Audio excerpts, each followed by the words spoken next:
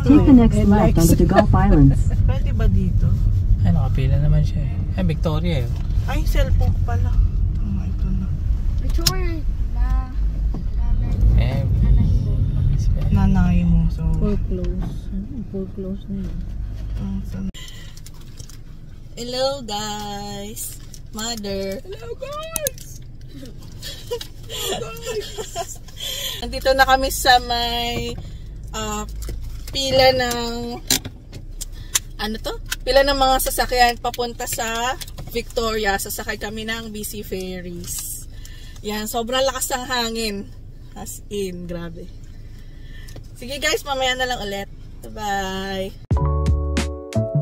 Hello guys! Welcome ulit sa aming channel. For today's vlog, pupunta tayo ngayon sa Victoria Island. First time naming pupunta ng Victoria Island. First time din naming sasakay sa BC Ferry. At first time din akong magdadrive sa Victoria Island.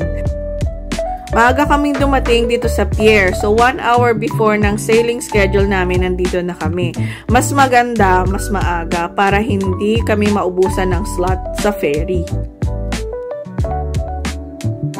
Kasi kahit may reservation ka na, pero late ka pa rin dumating, hindi ka makakasakay ng ferry. Kailangan mong antayin yung susunod na sailing schedule.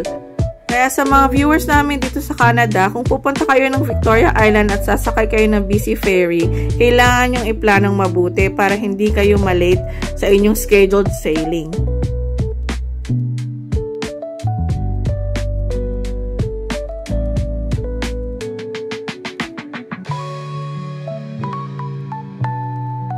Ayan guys, nandito na tayo sa loob ng ferry.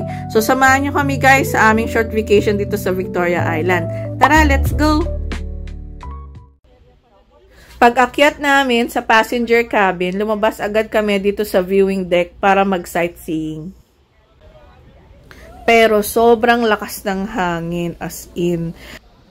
Umakyat pa kami sa upper deck, pero sobrang lakas ng hangin, hindi na kami nakapag-viewing sa taas. Kaya ang ginawa namin is bumaba agad kami. Tingnan nyo tong video namin na to. Kagulo kami.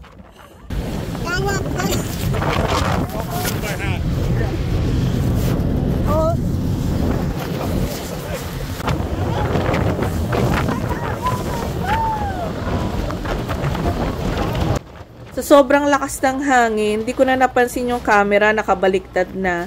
Tapos hindi pa kami magkarinigan. We decided na bumalik na lang ulit sa loob ng ferry. Mas safe doon.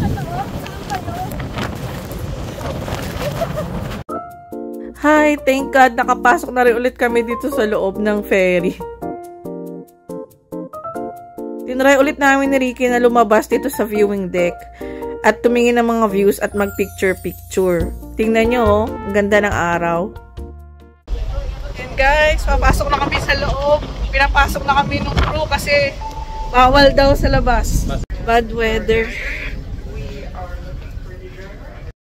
So, balik ulit kami guys dito sa loob ng ferry. Pinapasok kami ulit ng crew kasi dangerous daw sa labas dahil sobrang lakas ng wind.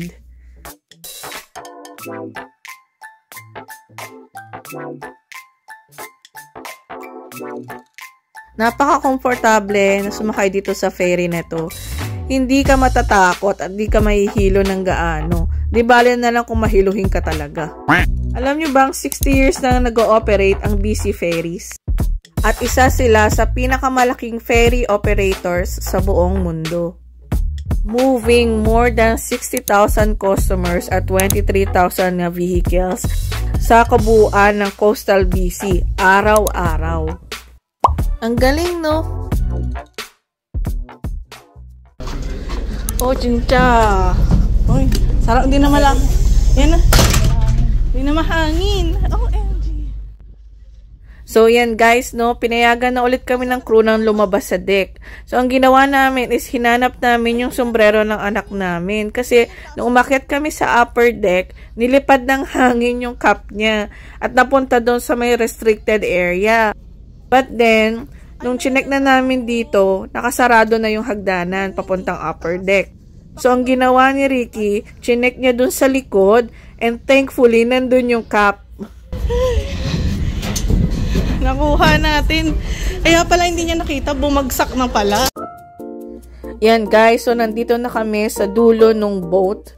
Yung pinaka-tip niya. Para sa amin, ito ang pinakamagandang part ng ferry. Kasi kitang-kita nyo yung pathway sa tubig.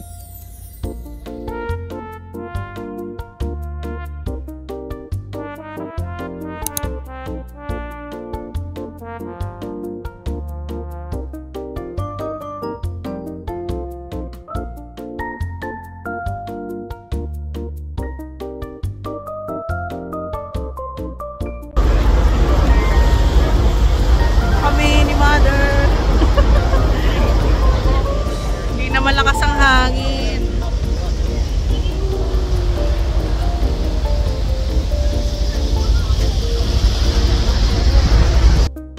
Para sa amin, ito ang pinakamagandang part ng pagsakay ng ferry. Yung makikita nyo yung surrounding islands, yung maliliit na bahay na ang cute nila, pati na rin yung mga kasalubong nyo na ferry, nakakatuwa ring makita. Samahan nyo pa ng perfect weather, napakagandang experience talaga ang pagsakay namin dito sa BC Ferry.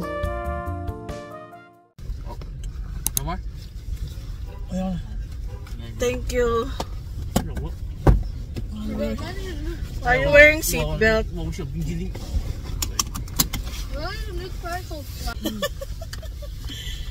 Paalis na kami. Paglabas ng ferry, bababa na kami ng ferry. So guys, nandito na kami sa Victoria Island. So thank God at nakarating kami dito ng safely. So guys, dadaan muna kami sa hotel namin pero hindi muna kami mag-check-in. And then kakain kami ng breakfast. After that, pupunta na kami sa the Butchart Gardens. So guys, aabutin kami ng mga 25 to 30 minutes from the hotel to the Butchart Gardens. Maaga pa naman guys, so sigurado wala pang traffic at saka holiday ngayon. Kaya, no problem.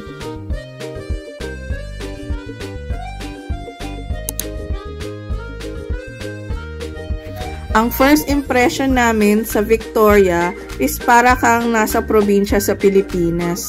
Walang masyadong tall buildings kagaya sa downtown Vancouver. Parang ang pakiramdam mo is napakasimple ng buhay dito. Napaka-laid back, ika nga. Pakiramdam namin nasa iba kaming country at wala kami dito sa Canada. Ganito pala ang feeling ng nag-out of town, no? First time kasi namin kaya kakaiba sa pakiramdam.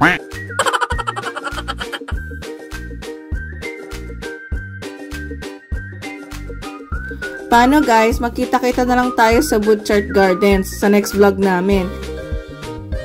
If you enjoy watching this video po, please po, pa-like po, pa-share, pa-comment, and pa-subscribe po. Thank you po again and see you again next time po. Bye-bye! God bless po!